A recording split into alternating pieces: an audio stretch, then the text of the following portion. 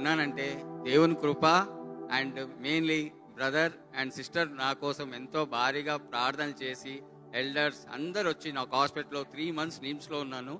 కోమాకి వెళ్ళిపోయాను. Brain surgery అయింది. Spine operation నుంచి కూడా దేవుడు తప్పించాడు. ఇక్కడ నేను 25 kgs వెయిట్ నుంచి మళ్ళా రీబ్యాక్ అయిపోయి మళ్ళీ ఎలా ఉన్నావా అని అలా చేశాడు. ఇది ఎంత చేసినదంటే దేవునికి మహిమ కరుణ గాక. Thank you Jesus. Thank you. Praise the Lord. బ్రదర్కి ఒక చిన్న యాక్సిడెంట్ అయిందండి. పడి మొత్తం ఈవెంట్ కోమా, ఇంక చనిపోతారన్నారు, ఏమవుతుందో తెలీదు.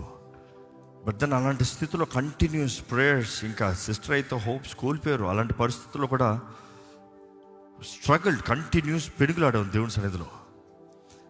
అండ్ ఎంతగా అయ్యారంటే ఆయన చెప్పిన మాట మీకు అర్థమైందో లేదు కానీ హీ బికమ్ 25 kilos. ఫస్ట్ కోమాలో ఉన్నారు, దాని తర్వాత బయటకు వచ్చారు, దాని తర్వాత హీ వాజ్ ఓన్లీ 25 kilos. అంత మనిషి 25 kilos ఉంటే ఎట్లా ఉంటారు? కానీ మొత్తానికి దేవుడు రెస్టోర్ చేసి, డాక్టర్స్ అన్నారు నువ్వు బండే నడపలేమన్నారు, కానీ ఈ రోజైతే కారు నడుపుకుంటూ God has blessed him, God has restored him. ఇది సెకండ్ ఛాన్స్, ఇంకొక లైఫ్ ఇచ్చారు దేవుడు.